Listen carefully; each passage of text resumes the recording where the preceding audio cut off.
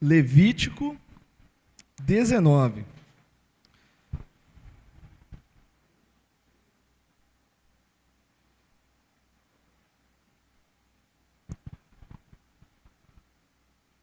Levítico 19. Só versículos 1 e 2. Os dois primeiros versos. Sei que é um capítulo longo, temos aí, na verdade, o assunto todo do 19 em diante é aquilo que muitas pessoas falam, né? Ah, Levítico é difícil porque é cheio de regrinha, cheio de leis, né? Nós vamos estudar o que há por trás disso. Mas hoje nos interessa, como estamos iniciando o capítulo 19, esses dois primeiros versos. Levítico 19, 1 e 2, diz assim: Disse o Senhor a Moisés: Fala a toda a congregação dos filhos de Israel e dize-lhes: Santos sereis, porque eu, Senhor vosso Deus, sou santo. Oremos. Santo Deus e amado Pai, assim expressamos, não só nos cânticos que ressaltaram a singularidade e o quão único Tu és, Deus Criador, distinto de tudo e de todos, mas também que o sermão nos ajude a entendermos o quão distinto nós devemos ser neste mundo que não adota os padrões, que são resistentes às verdades do Senhor, e que cumpramos o papel como povo de Deus, aquilo que o Senhor tem nos chamado. Em nome de Jesus. Amém. Olha, o tempo no qual estamos vivendo já demonstrou fortemente sua aversão a padrões estabelecidos, a natureza das coisas, o que é, não necessariamente é para o pensamento normativo dos nossos dias. Para você não ficar confuso, nós vivemos numa época que se você dizer, de falar, a grama é verde, vai aparecer alguém e vai dizer o quê? Não é bem assim. A grama não é verde. A grama é verde clara, a grama é verde escura, a grama é quase azulada, mas a grama não é verde. Aquilo que é claro, assim, escancaradamente factual aos nossos olhos, não é tão claro ou é torcido por muitos. Sabemos o que algo é pelas propriedades que a definem.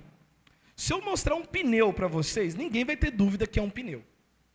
Se pegar um pneu ali, apontar para o carro e falar: o que é isso? É um pneu. E certamente ninguém terá problema de reconhecer que é um pneu, pois o pneu tem propriedades e características de um pneu.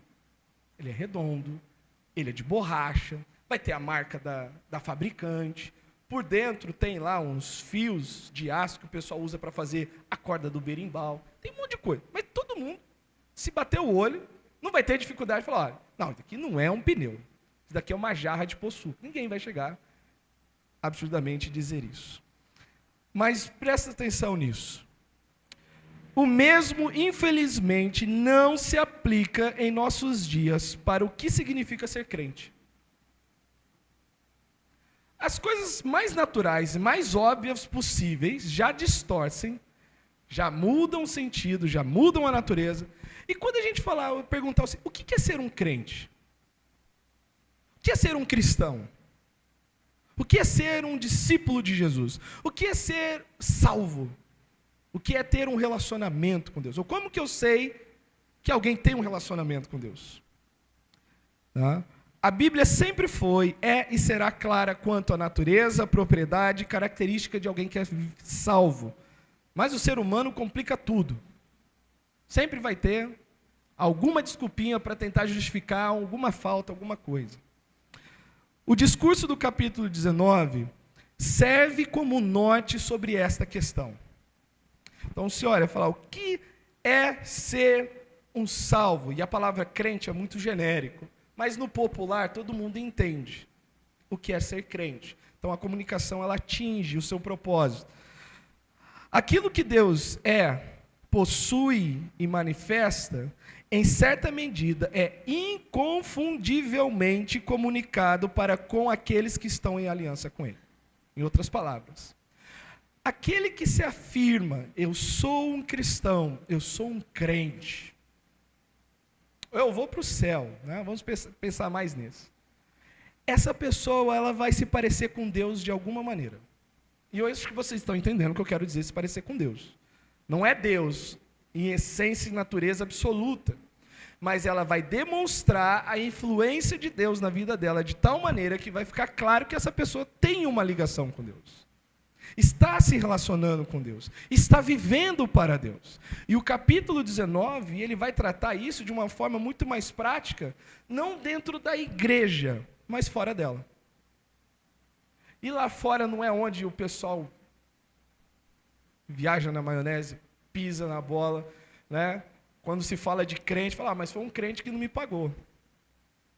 Mas foi um crente que me passou para trás. Mas foi um crente que fez isso. E aí quando você vai analisar bem, e você olha a vida total da pessoa, fala, bem, ela só tem o título, mas ela não tem a natureza. Ela não tem as propriedades que a transformam ou a constituem um crente. A ideia básica desses dois versículos, tá? A ética do povo de Deus é desenvolvida ou aplicada debaixo da manifestação da natureza de Deus. Em outras palavras, todo mundo entende a palavra ética. Certo e errado. Bom e mal. Bem e mal. Naquilo que conhecemos de Deus é o que vai reger a nossa noção de certo e errado. É aquilo que conhecemos de Deus. É impossível separar ética e teologia. É impossível. Quando você for justificar por que isso é certo e por que isso é errado, a gente vai ter que falar de Deus. Uma vez que a moralidade humana é justificada pela natureza de Deus. Então, o tema do capítulo 19, até praticamente o final do capítulo 22 é santos sereis. Não é o time de futebol, tá? Santos sereis. Porque Deus diz o seguinte, fala aos filhos de Israel e diz-lhes, santos sereis. E o que nós vamos ver? Aonde que essa santidade pretendida por Deus deve ser demonstrada no cotidiano diário. Ele vai falar da família, ele vai falar de negócios, ele vai falar de sexualidade, ele vai tratar em várias áreas. Do juízo que nós fazemos do próximo, no julgamento, de leis, ele vai falar em todos os aspectos onde a sombra, ou melhor dizendo, a luz de Deus tem que estar lá. A presença de Deus tem que ser manifesta. Mas, a princípio, santos sereis é a mensagem que não pode faltar ao povo da aliança. Antes de pensarmos em todas as coisas práticas, o que nos salta aos olhos aqui é que Deus manda dizer isso. Fala, anuncia. Se nós atualizarmos o termo, né, sem que isso prejudique o termo, a ideia de inspiração, fazendo mais uma contextualização, é prega, ensina, insiste nesta mensagem. Antes de falarmos, olha, você tem que ser e você tem que fazer, nós precisamos ressaltar o que nós precisamos ouvir. Aonde os nossos olhos devem... apontando para o ouvido e falando de olhos. Aonde os nossos ouvidos têm que se inclinar. Aonde devemos repousar. Fala a toda a congregação dos filhos de Israel e diz-lhes. Então, antes de falarmos o que vamos fazer, vamos pensar o que temos que ouvir. Ou o que estamos ouvindo. O que estamos meditando. No que estamos nos alimentando. Não é difícil detectar isso, mas podemos confundir qual a principal mensagem de Deus. Hoje, quando você fala, o que tem que ser pregado na igreja? Em alguns lugares, o amor de Deus. As bênçãos de Deus. As vitórias, né? Em alguns cantos, isso é uma tônica. Ou a expressão da vontade de Deus para com o que os servem.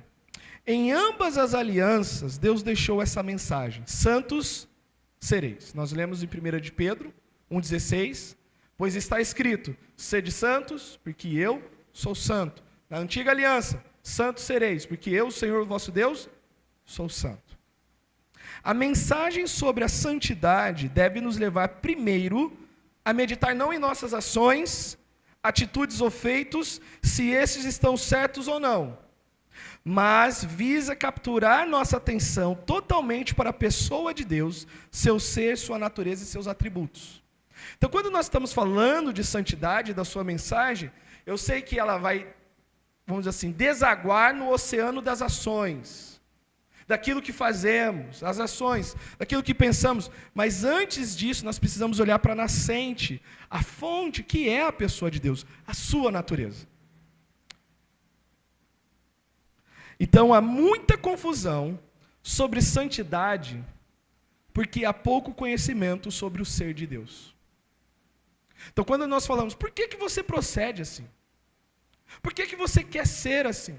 Por que você acha que é assim que tem que proceder na igreja? Pense nas maiores aberrações que nós temos hoje, e eu vou pontuar isso, né?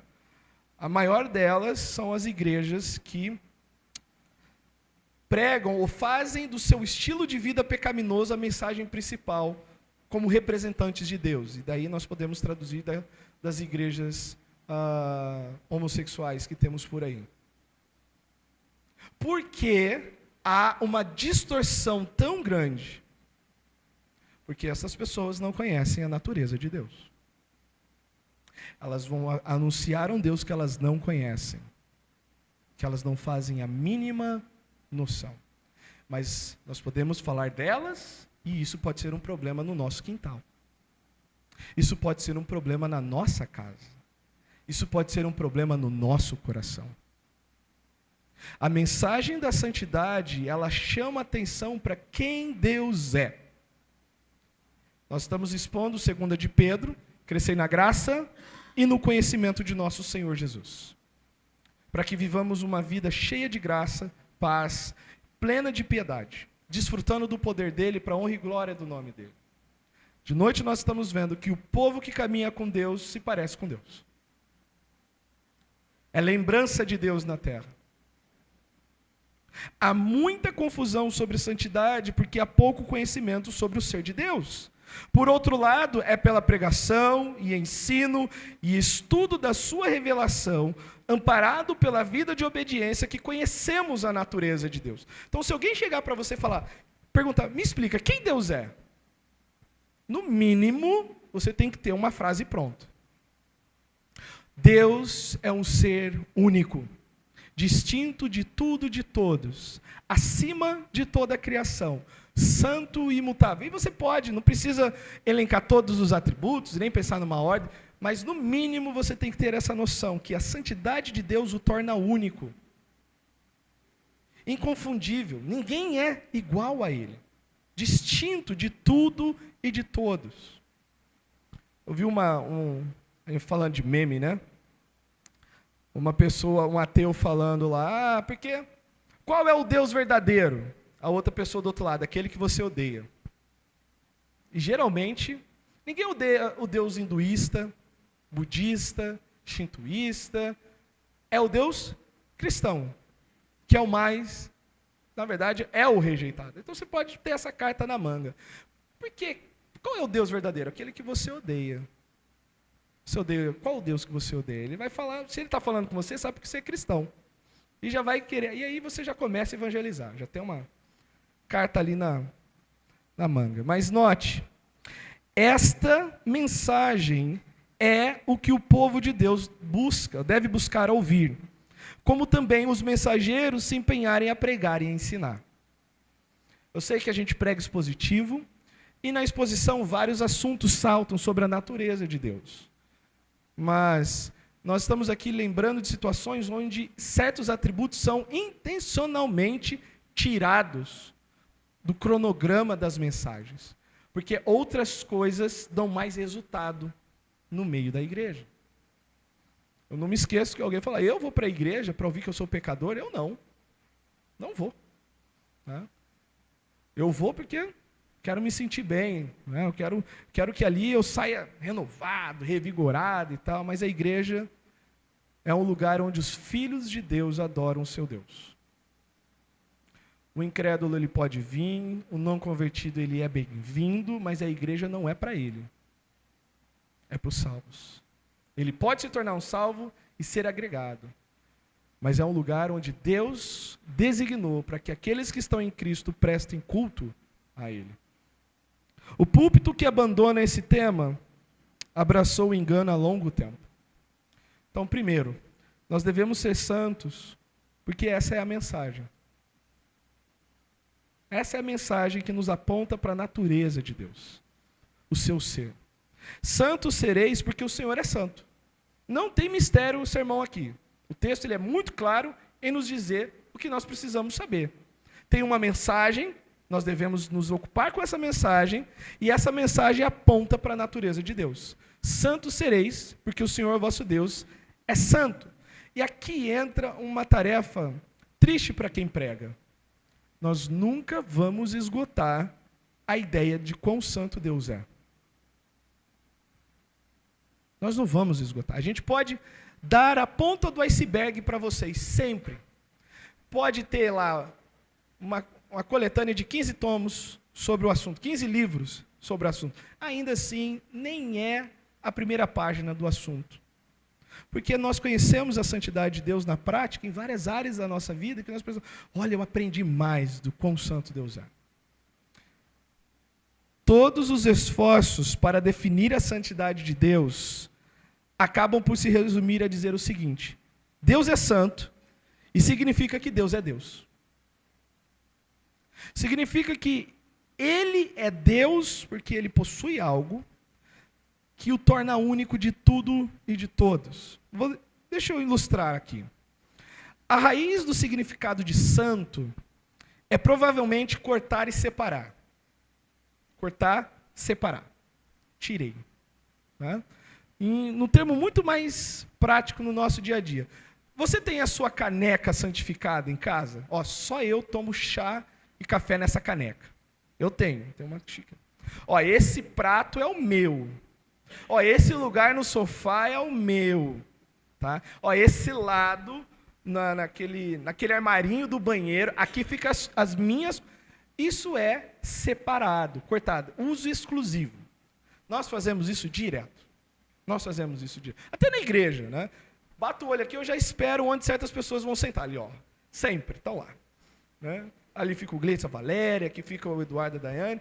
Não é que eles são donos do lugar, mas eles santificaram e está lá. E todo mundo que está ao redor já reconhece. Entende? Eu não vou sentar aqui porque eu sei que aqui sentam os irmãos.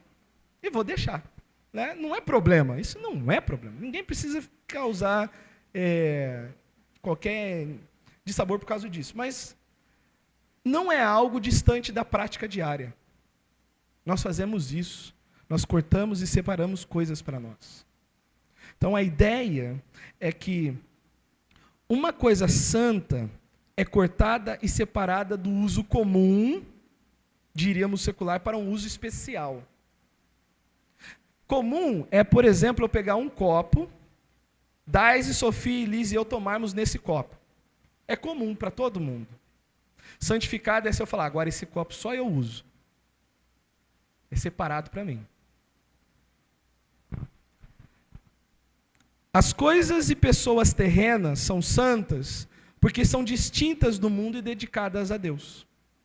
Quer ver um exemplo? A Bíblia fala de terra santa. Êxodo 3:5. A Bíblia fala de assembleias santas. Êxodo 12:16. Sábados santos. Êxodo 16:23. Uma nação santa. Êxodo 19:6. Vestes santas. Êxodo 28:2. Uma cidade santa. Neemias 11:1. Promessas santas. Salmo 105:42. Homens santos. 2 de Pedro 1:21. Mulheres santas. 1 de Pedro 3:5. Escrituras sagradas santas. 2 Timóteo 3:15. Mãos santas. 1 Timóteo 2:8. Ósculo santo. Lembrou? Ósculo santo. Romanos 16:16. Fé santa. Judas, versículo 20. Note que todas essas coisas são santas porque Deus diz o seguinte: é para mim. É apontada para mim. Ou eu separei. Eu pus a minha mão ali e disse, é meu. Do Senhor é a sua terra e tudo que nele há, a plenitude. Mas, além disso, há certas coisas que Deus ressalta e diz, olha, isso é para uso exclusivo do meu povo, ou o meu povo faz isso para uso exclusivo da minha glória. Quase tudo pode se tornar santo se for separado do comum e dedicado para Deus. Cuidado com essa frase, hein? Eu sei que muita gente pode pegar coisas que não tem nada a ver e tentar santificar para Deus. Então, quando a gente fala que a natureza de Deus é apontada na mensagem, nós podemos afirmar que ele é incomparável. A sua santidade é sua essência divina absolutamente única. Única. Ela determina tudo o que ele é e faz e não é determinada por ninguém. Ninguém fora de Deus diz, Deus vai agir assim ou assado. É essa qualidade pessoal da sua pessoa que determina quem ele é ou o que ele faz. A sua santidade é o que ele é como Deus, o que mais ninguém é ou alguma vez será. Então, a santidade que Deus tem e é, ninguém, se esforçando por mais que possa, chegará. Sei que nós temos séries, desenhos, que dão a ideia de que o homem pode chegar à divindade. Ele faz algumas coisas ali e ele transcende ao ponto de se tornar um ente como nenhum outro. Isso é a mente humana. Lembrando lá do Éden. Sereis iguais a Deus. Mas não é assim. Chamemos-lhes podemos chamar de sua majestade, a sua divindade, a sua grandeza, o seu valor como pérola de grande valor. No fim, a linguagem esgota. Nós podemos pensar em todos os predicados, superlativos e adjetivos.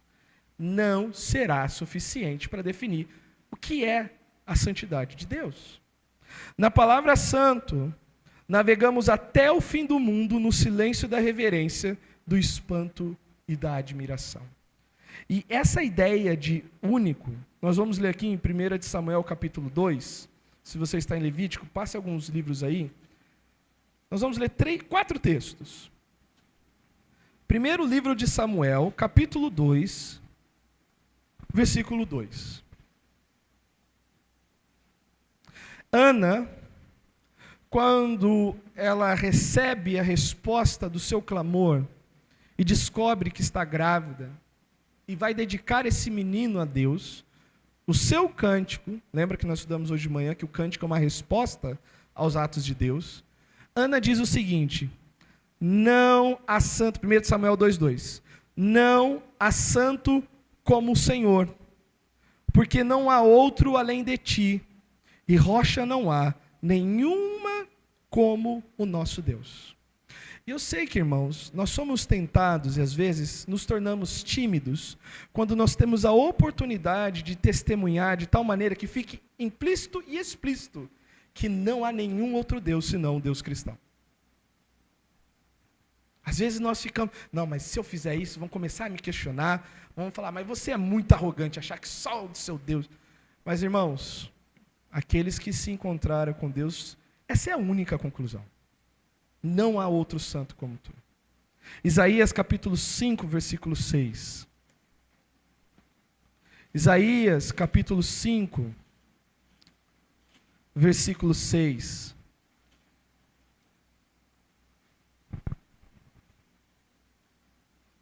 Versículo 16, perdão. Mas o Senhor dos exércitos é exaltado em juízo, e Deus, o Santo, é santificado em justiça. Não há ninguém justo como Ele é. 40, 25, em Isaías. Isaías capítulo 40, verso 25. Deus falando através do profeta. Ele faz a seguinte pergunta. A quem, pois, me comparareis para que eu lhe seja igual? Diz o santo. A quem, pois, me comparareis para que eu lhe seja igual? E por último, Oséias 11:9. Isaías, Jeremias, Ezequiel, Daniel, Oséias. Então, depois do livro do profeta Daniel, você pode chegar em Oséias. Oséias, capítulo 11, versículo 9.